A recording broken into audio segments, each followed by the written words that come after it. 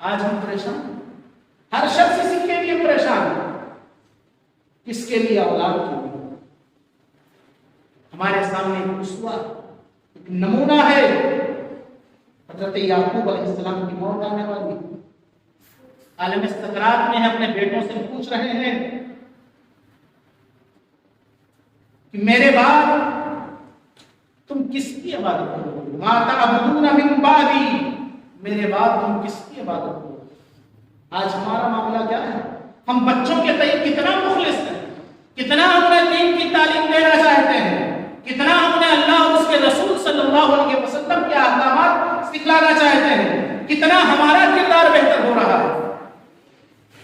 ضرورت اس بات کی ہے کہ ہم اللہ رب العالمین کی طرف واپس ہوں. ہمارے سارے معاملات جو چوراہوں پر حل ہوتے ہیں، جو چائے کی دکانوں پر حل ہوتے ہیں، جو کسی خاں صاحب کے دوارے پر بیٹھ کر کے حل ہوتے ہیں، وہ تمام معاملات اللہ رب العالمین کے حضور میں. یہاں لائیے، پیشی کی یہ جگہ ہے، یہاں لا کر کے معاملہ پیش کیجئے. اللہ رب العالمین اس کا بہترین حل بتلائے اور اس سے بہترین حل کون بتلائے. ضرورت اس بات کی ہے کہ ہم اللہ رب العالمین کی طرف بڑھیں. وَاتَّقُوا يَوْمًا تُرْجَعُونَ فِيهِ إِلَى اللَّهِ، کل قیامت کے دن بھی ہمیں اللہ رب العالمین کی طرف جانا ہے، تو ہم دنیا میں اللہ رب العالمین سے اپنا رشتہ مضبوط کریں. یہ جو زلزلے آتے ہیں یہ ہمیں دین سبق دیتے ہیں. اہل ایمان کے لیے یہ زلزلے ان کی بخشش کے لیے ہوتے ہیں، اہل معاصی کے لیے، اہل کفر کے لیے سزا کے طور پر ہوتے ہیں، اور ہم تمام انسانوں کے لیے یہ زلزلے عبرت کے لیے کہ ہم اس بڑے زلزلے کی تیاری کریں جو کل قیامت کے دن ہمیں دیکھنا ہے. اس سے پہلے ہم اپنے آپ کو تیار کر لیں، اللہ رب العالمین کے حضور پہنچ کر کے ہم توبہ و استغفار کر لیں، اپنے اعمال کا ہم محاسبہ کر لیں کہ ہم کتنا کار خیر کر رہے ہیں اور کتنا کار بد کر رہے ہیں. آخر میں دعا ہے کہ الہ العالمین ہم تمام لوگوں کو عمل صالح کرنے کی توفیق عطا فرمائے. الہ العالمین ہمیں ان چھوٹے چھوٹے زلزلوں کو دیکھ کر کے ان سے عبرت اور نصیحت حاصل کرنے کی توفیق عطا فرمائے. الہ العالمین ہمیں زمینی اور آسمانی عذاب سے محفوظ کرے. الہ العالمین تیرا کوئی بھی چھوٹا سے چھوٹا عذاب اس سے محفوظ کرے. الہ العالمین ہم کو معمول محفوظ کر دے. الہ العالمین ہماری صحبت میں اتحاد پیدا کر دے. الہ العالمین ہمارے دلوں میں اخلاص پیدا کر دے. الہ العالمین ہم سے تو وہی کام لے جس سے تو اور تیرے رسول کے راضی ہونے کا معاملہ ہے. الہ العالمین ہم نے جو راہ ہدایت سے بھٹکے ہوئے ہیں انہیں صوم و صلات کا پابند بنا دے. الہ العالمین بہت سارے مسلمان پریشان حال ہیں، ان کی پریشانیوں کا سدباب فرما دے. آمین. الہ العالمین دنیا میں جہاں کہیں بھی مسلمان پریشان ہیں ان کی پریشانیوں کا سدباب فرما دے. آمین. وآخر دعوانا الحمدللہ.